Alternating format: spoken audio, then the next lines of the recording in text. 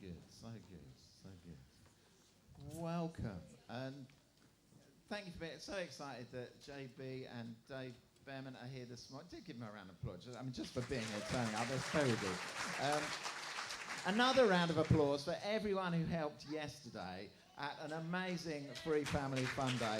So good, well done, thank you, and particularly to Sarah, but just loads of people who it's one of the best things we do, I think, is open our doors to the community, and another of the best things we do is a thing called Alpha, and that happens on a Monday night, and Karen's just going to tell us very quickly about that now. Thank you. If you came to Free Family Fun Saturday yesterday, or if you're new to all this and this is just one of your first times and you're curious about who God is, you've got questions and you've got a sense that God's probably around because you see him in the person or the people that around you that you love. Alpha happens on a Monday evening at 7:45. Everyone's welcome any Monday. It'd be lovely to see you this Monday. And Alpha is a chance to really ask the questions about God that you want to ask and to debate those questions, because it's important that you find your faith.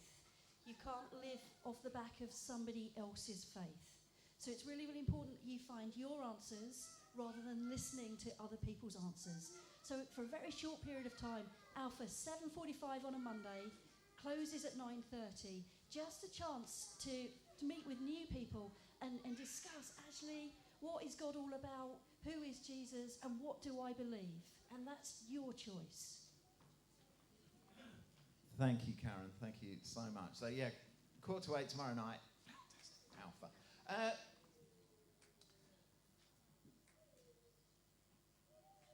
Just want to say thank you for giving this morning. If you've given, thank you.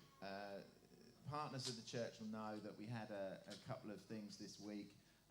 One about VAT on trying to buy the building downstairs. That was fine. The other was on the valuations. That wasn't quite so fine. So apparently they valued it more than we're paying for it, but not much more than we're paying for it. So that's just a bit of a problem. So if you know means of getting hold of huge amounts of money quickly, please let us know. That would be grand. In fact, more than a grand, to be honest. Quite a lot more than a grand. Anyways, children and young people are going to be leaving us for their groups now. So if that can happen, that would be great. Have a wonderful morning. If you want to stay here, you're very welcome to do that. But we've got some fantastic teachers and leaders who can lead out. You see, Edwin's up for that, isn't he? Go, Edwin. Good boy. Good man. Good man. Thank you. Father, we thank you for our children. Thank you, Lord God, for the life they have and the life they display. And we pray that they'd have a really good morning this morning. We pray for the people who lead them and teach them, and ask that you give them great ideas, really good communication, and just a wonderful way of communicating your love and grace to our children, we pray in Jesus' name. Amen. Amen. I ought to be able to tell you which room they're going to, but I can't. Sorry. They're going that way. That's fine. That's good. That's good. Excellent. Ian, sorry, you were there, so I jumped in. We're all done. Excellent. Good. In which case, would you give a massive round of applause, please, to Dave Behrman, who's going to come and lead the rest of our service. Thank you. Well, thank you very much, ladies and gentlemen. It's lovely to be here this morning. My name's Dave Behrman, and I run an organisation called the Lighthouse Agency. And the Lighthouse Agency looks after sportsmen and celebrities who have a Christian faith and who want to go out and share their faith in churches up and down the country. And our guest this morning is a former member of JLS. JLS sold over 10 million records, had 5 number-1 hits, and... Thank you. Thanks, Dave. Well, that was last piece was Strictly Come Dancing 2016, the Christmas special. Yes, and you won with Olga Jordan. Yeah, well done. Thank you. Do you think you'd ever do Strictly proper? That's a good question. You know what? I really enjoyed doing that, and it's a discipline that's very different to anything that I did in JLS. So yeah, I mean, if I had the opportunity and the chance to do it, then I'd love to. Yeah. It's very hard work, isn't it?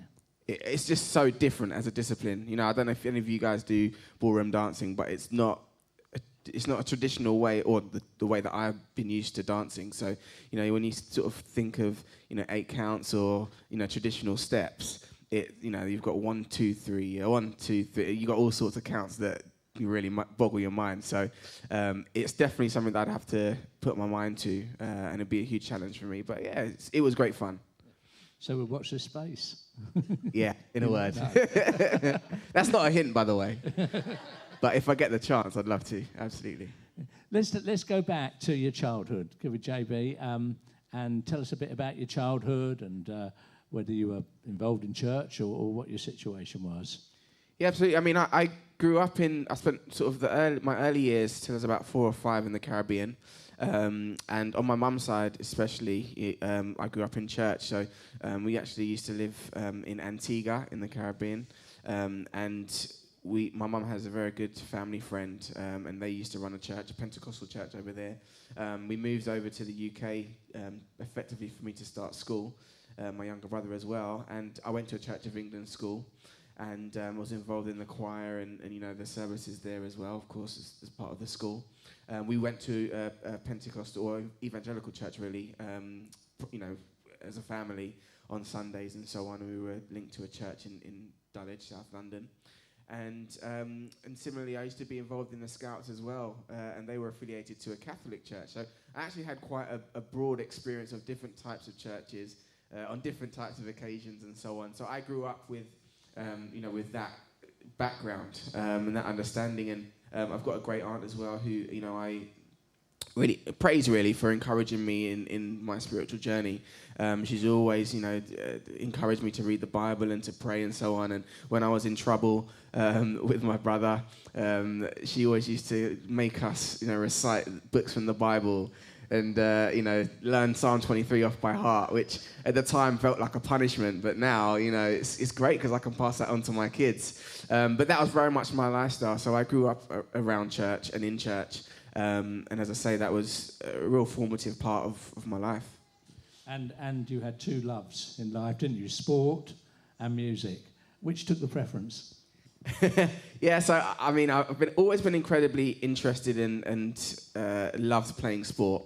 And similarly, as you mentioned, you know, I've always loved music. And I think probably since I was really, really young, you know, a toddler or whatever, I probably expressed a musical interest. But when I was about 6 or 7, at school, you had to take on an instrument, and I think we all played the recorder for a term or something like that. I remember taking this instrument home and being given a book with, I don't know, 3 blind mice or, you know, all the nursery rhymes in it. And because I knew the songs, I just played through the whole book. And I went back the following week, and the teacher was really astonished because she's like, "How have you played the whole book already?" And it was apparent quite quickly, you know, my mum, I think, picked that up, that I had a musical gift of sorts. And I literally started with the recorder. I played through all the books that they gave me, had to buy new books. And then I think when I was about 8 or so, they progressed me to the flute. And again, because of, I guess, the gift, I ended up playing at the Centre for Young Musicians. And that was something that I was really, really keen on. I played the piano as well at Centre for Young Musicians. I tried the guitar, didn't quite agree with me, but I really enjoyed music, and I had a background in classical music, really. And then when I turned 13, I'd obviously already started secondary school, and there was a rule at school: if you were picked for a side, you know, at school, you had to play for it. And so there was a real war for me because I really enjoyed playing sport, rugby in particular. I really loved playing it, and I loved being part of a team. And where I was developing and practicing my music pretty much as an individual, I think my heart was drawn more to being part of a team, being involved with that physical exercise, you know, getting wins and all that sort of stuff. So it seemed like a much more viable option for me, and I really did get a sporting bug. But I think in the end, music won. Well, you had you played for quite a high standard of rugby, didn't you? Yeah. And then you had quite a bad injury. Yeah, so I played all through my schoolboy career. Played for Surrey and through, you know, the schoolboy ranks, as it were. And I was also signed to play for the London Irish Academy. So I used to train with them twice a week, play matches and so on, as well as play for Surrey and play for school and so on. So it took up quite a lot of my week. And when I was about 18, I got injured, and I always had aspirations of playing professional sport, professional rugby, and I probably, in hindsight, wasn't quite there to make it into the professional ranks, but as I say, that was always an aspiration. And with this injury that I had to my ankle, it really affected probably about a year of my game, and so it meant that I kind of had to alter my aspirations a bit. And I think at that time music had come full circle. I was looking at going to university. I kind of made up in my mind that professional sport perhaps wasn't going to happen, and I think my focus changed, as I say, and went back to that. And so I ended up putting all my energies into developing myself musically. And as I say, I always wanted to go into the music industry in some way, shape, or form. I didn't quite know how that was going to happen, but it was definitely something that was at the forefront of my mind. And you did go to university, and you chose theology. Why theology? Well, to be honest, it was a bit of a cop-out because it was my easiest subject at school. And as I said, I'd had years of practice because my great aunt telling me all this stuff, and me knowing passages of the Bible, and the history of it all, and the link between Judaism, and all that sort of stuff made my first year very, very easy. So when I was running around the country trying to develop my musical talent, it really helped. But no, I mean, all jokes aside, it was actually one of my most enjoyed subjects, and something that, like, I'm sorry, I don't remember your name, but, like one of your own said, you have to make decisions about what you believe and what you understand about that yourself. And, for me, obviously, I had that background, but there were lots of people in my class who didn't have that. And I loved having debates and discussing and talking about what I firmly believed and perhaps what they hadn't quite discovered. And the great thing was that you could still get an A star or an A, whatever side of the coin that you fell on. So I really enjoyed that aspect of it academically. And as I say, I had a background in that anyway. So it made it a good, easy choice. Forgive me, anyone who's thinking of going to university. Don't do what I did. And then, of course, during your time at university, you were gigging, as you say, around the country. You joined JLS. How did that come about? Well, I just finished my first year at university, and I was working with the vocal coach, as I say, just trying to develop myself as an artist, with a primary focus on songwriting, actually. It was a passion of mine. And she had met up with, she had a few people who did the X Factor, or I think this was in 2006, maybe. And she came back and she said, oh yeah, I met this great guy at the auditions the other day. His name's Arishe, this is his number. He said he's looking for members for a group that he's putting together. And to be honest, I never really had aspirations of being on that side of the camera, so to speak. I always, imagined myself being a songwriter and getting into music in that way. But obviously I enjoyed singing and I enjoyed being part of a group, and I've always grown up in choirs and so on, singing in choirs. So I thought, let me give this guy a call and just see what he's about. So I called Arishe, met with him, sang to him, sang some of my own songs or whatever, and he's really excited by that. He said, I'd love you to join the group, but I need you to meet the other guys. And I said to him as well, I said, with the greatest respect, I don't want to be in a group where the focus isn't music. It has to be about the craft and developing as a unit and being the best that we can be. And he said, yeah, that's exactly what I'm about. You meet the guys, see what you think. So I then met with Aston and Marvin, and that was pretty much how it started. So I was still at uni at the time, and in the following year, and so, yeah. So that was after the X Factor. But tell us, why did you apply? Why did you apply for X Factor? Well, I mean, we'd spent probably the best part of about a year and a half, almost 2 years, self-funding, spending our student loans and, our very little, income and so on. And for us, as I say, the dream was always for us to get signed, to release our own music and have that opportunity really as a group and as artists. And, we'd looked at a couple of management options and they hadn't quite come off. We'd been in the studio working on our own music and things like that. And it was just a case of us being able to be seen. And long story short, we just ran out of resources. So a lot of family members have been saying, you guys should go for the X Factor, you guys would be great on it, you do really well, so on and so forth. And, we always, I guess, envision. How did that feel? I think everyone knows how that felt. I wasn't happy, was I? Yeah, I mean, I can't lie. I wanted to win that one. And yeah, I mean, I think in hindsight, we did win. Both of us have done very well off the back of that. And to be honest, as they do say, us coming second that night actually gave us an opportunity, because we weren't bound by sort of the demands of the show. Post-show, as the winner's single and having to promote that.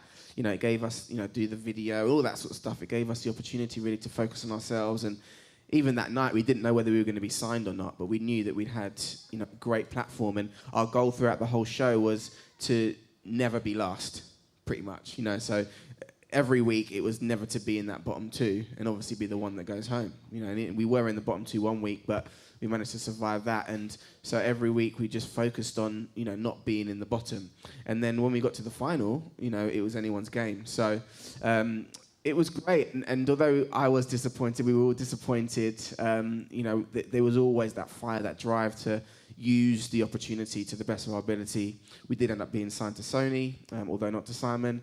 And yeah, that was pretty much the start of it. But we because of the way we were as a group, we always focused on what we wanted to accomplish, what we wanted to achieve, and that took precedence over everything.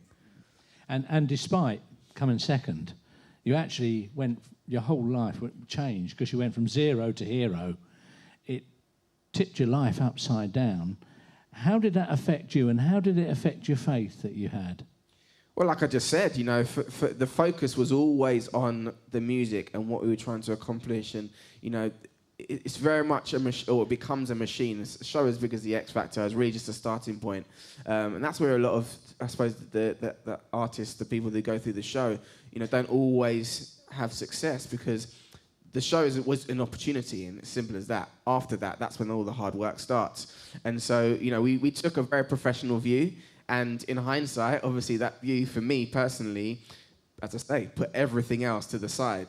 Family, I miss weddings, I miss funerals, I miss birthdays, I miss, all of that sort of stuff. And it wasn't intentional. The boys, they're very nice boys.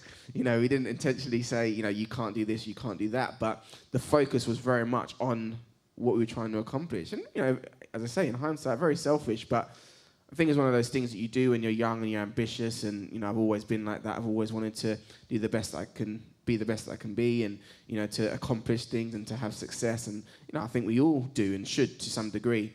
And so yeah, I mean, to be honest, faith wasn't much of a factor at the time in terms of being at the forefront of my life. I suppose if you looked at me and my life and what I did or whatever, you probably wouldn't say that I had a faith at all. But it's one of those things. I was baptized actually quite an early age, and I made that decision myself. And for anybody who's kind of maybe going through that, where they've not been as focused on their connection and their relationship with Jesus, with God, when Jesus went to the cross to save us for all time, and it's not necessarily something that I knew then, but definitely now, having read more and as I say, developed that relationship more. Even though I was in that situation and it wasn't the forefront of my life, I was the forefront of Jesus. Amen. Do you know what I mean? So, as I say, coming through that whole process, I realize now that throughout that whole time, I was definitely protected, definitely, encouraged and steered, and I was supposed to be there for that, for that time.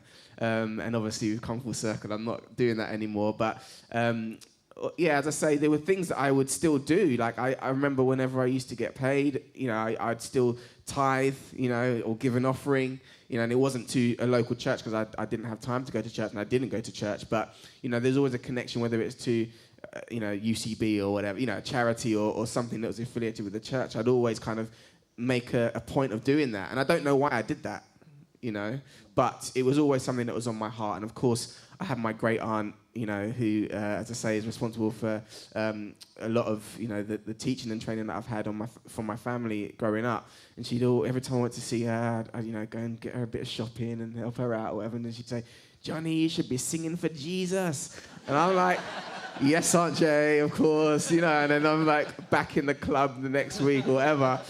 But do you know what I mean? There's things like that that are just constant reminder, and now I laugh about it. But it's as I say, I've always had that encouragement all the way throughout, and it's kind of helped me, I guess, come full circle again. And something did happen, didn't there, when you were on tour that sort of brought you a bit short? You thought, oh gosh, tell us what happened there. Yeah, I mean, there were various instances throughout that time, where I was kind of, I guess, pretty much focused on myself, where I'd just be reminded of who God was and, how I should be, and what should be important to me. And I went up to Scotland, and I can't remember if we were performing or we were on tour or whatever, but we went to perform, or went to wherever the venue was, and usually you kind of get the real hardcore fans come to that, those places, and you give them a hug and you have a chat with them, then you jump in the car and go to the next place. And these two girls, they were sisters, came up to me and they said, "Oh, we've got a present for you," which wasn't unusual. We'd always, often get gifts and stuff at those times. But they said, "Don't open it now. Open it in your hotel room." So I was like, okay. And they got something in the gift that's a bit funny. It was quite a small gift, so thankfully they couldn't fit inside it. And I thought to myself, let me respect your wishes.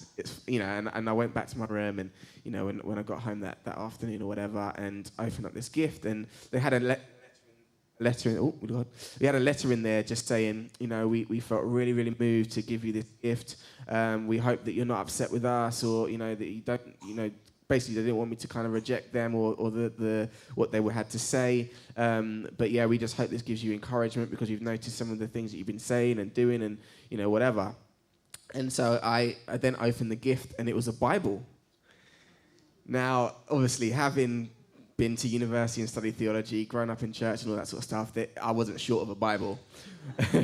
But for me, it was more the sentiment and what that said. Firstly, that these girls had gone out of their way, to clearly either prayed about it or been encouraged, in themselves to give a gift to their idol, effectively, and not knowing how I was going to receive that and receive them. They'd kind of taken that step of faith. And then similarly for me, it was just a check to say, this is what's important. You have lots of these, but actually you're reading it. Do you know what I mean? Are you paying attention to what it's saying? Is it having any effect in your life? And so that was, I guess one of a series of things that kind of really got me thinking about, what was important to me, what was important in life, and kind of, I guess, making that change back to having, my relationship with God and with Jesus at the forefront of my life. And the lovely thing was, you kept in touch with those girls. Yeah. And we actually, just before Christmas, went to their church in Scotland. Yes, that was lovely, did. wasn't it? And it was lovely to see them, wasn't it? And it had a great time with them. Yeah. But, I mean, during your 5 years, when you were really at the top, there must have been difficult times. And because your faith was a bit on the back burner, how did you cope with the different challenges that you had? That's a good question. I mean, yeah, there were lots of difficult times, as an example, obviously, as I say, we used to miss birthdays and funerals and stuff, so that relationship with the family kind of changes a little bit. We were all very lucky, of course, we're based in London. A lot of the work that we did was in London, although, yes, we did travel around the country. We were all very close to our families, so it was never like anyone was separated from that unit, and I think that's an important aspect to anyone who's sort of aspiring as an artist. For me, that's an important aspect of your success, because if you've got that support, whatever happens, you've always got that to go back to. And, if you look at, as an example, I use them as an example, One Direction or whatever, a lot of them are from, regional places around the country. They obviously started very young, but then they moved to London. And so that nucleus, that relationship with the family, which I believe is very important, is almost immediately lost. So yeah, it can be difficult, and they're just an example. But by comparison, I always felt I had that support. So I relied on my family quite a lot. But at the same time, for me, as I say, I always had that undertone of spirituality, and I suppose that being drawn to the truth, which is God and Jesus' love for you. And although I didn't necessarily express that at the time or recognise that at the time, it's helped me through all sorts of situations. My wife as well, similarly, we're both in the same industry. You know, the industry in itself has incredible challenges, you know, but thankfully I've never been in a situation where I felt, you know, overly exposed or vulnerable. You know, I've been in, you know, some of the, you know, clubs and all that sort of stuff, but I've never been, you know, offered, you know, illegal substances or, you know, been enticed into that temptation or given into that temptation, which, you know, as I say, just it gets the best of people, you know, in the industry because of the pressures, all the things you go through. And I think as well, the fact that there were 4 of us, you know, it helped. I think if you're an individual in that world, often you're taking your values from other people who perhaps don't have your best interests at heart. Whereas the 4 of us had started together, we've been through a lot together, and for the most part, as I say, you know, we all have, you know, genuine, of course, great relationship with each other, but, you know, there was never any malicious feeling towards each other, you know, where you'd see someone struggling and just leave them, or anything like that. So, yeah, I guess the support was there from us internally, and, you know, as I've already said, you know, spiritually, that support was always there anyway, although I didn't necessarily recognise it. And then in 2013, JLS disbanded, but they disbanded when you were at the top. And you hadn't faded away. You were really at the top of your game. Why did you disband?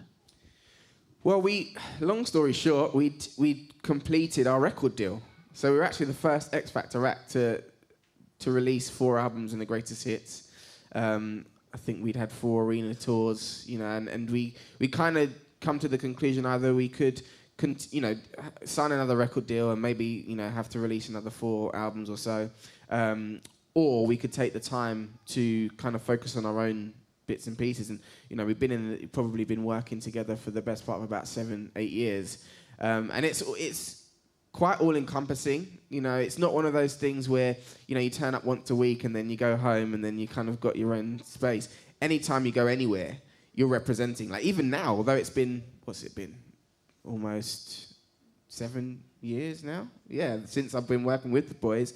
You know, I've obviously come here today, and I'm JB, former member of JLS, individually. But you know, you're continually working in that. Do you know what I mean? Working for the group, even though you're not necessarily on the group's work. So you have to be mindful of that. And I think for any person, you know, there has to be a time where you discover who you are as an individual, as an adult. And that year, well, you saw that time, 20 to 23 is when we started the X Factor. You know, that pretty much was missed for all of us.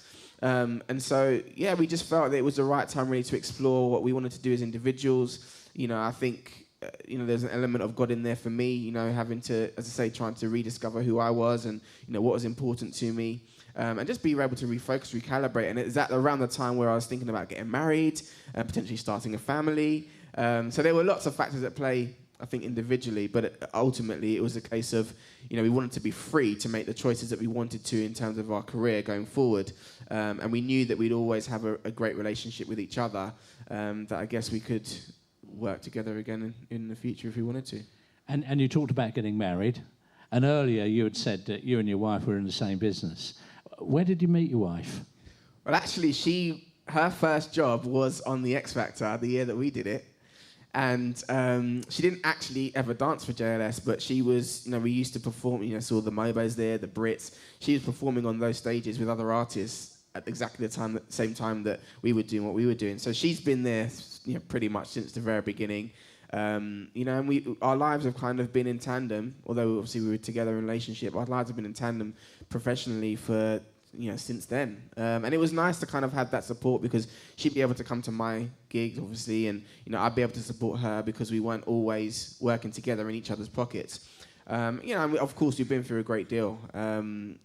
But yeah, I mean, it's amazing that we've been able to make it this far, to be honest, and come out the other end. And you know, now we've got a beautiful family and we're building our future together.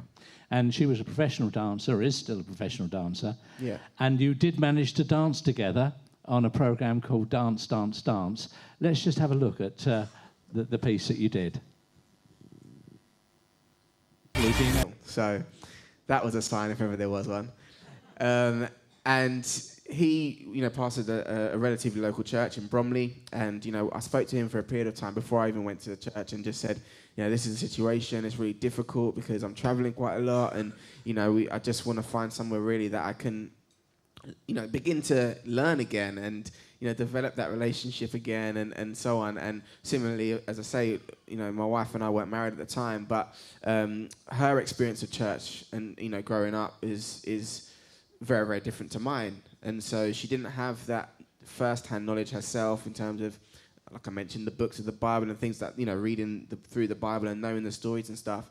But for her, I guess she has, she had her own faith. And, for me, it was a case of us trying to reconnect and reestablish that. And so that's kind of how it started. And as I say, over that period, I started thinking about getting married, and, obviously we talked about having children and things like that and how that would work. And, for me, I was always passionate and keen to, well, I know that when you're a parent, you're setting an example for your children, for that. And, that's, for me, as I say, being able to work outdoors, and kind of see evidence of God's creation and stuff like that, and be able to shine a light on an industry which is, very much valuable, again, is brilliant. I love doing it, and I take a lot from doing it as well. And as I say, obviously the journey's not ended. I'm not done here. None of us are. But for me, as I say, it's been a great foundation for me to kind of reconnect. It's a great lifestyle for my family, and I just want to go onwards and upwards. And you do numerous televisions now. I mean, most weeks you're on telly and something. Let's just have a look at some of the things you're doing. Come join us down on the farm today. Hello, I'm JB, and welcome to Down on the Farm. Spring has arrived, and there's lots to do. So while I get on with tidying up, let's find out what Storm is up to. I didn't grow up in the countryside, but I did spend some of my early years in the Caribbean. I remember going into some of the neighbours' gardens and so on, and picking fruit, and my dad kept horses as well. So I've always had an appreciation for the countryside, and that's one of the reasons why I'm so passionate about farming now. Well, and being in the outdoors, I guess, just being out there, getting sort of stuck in. Absolutely. I mean, there's nothing better for me. I love it. It's great working with animals, as you say. I love working with children as well, and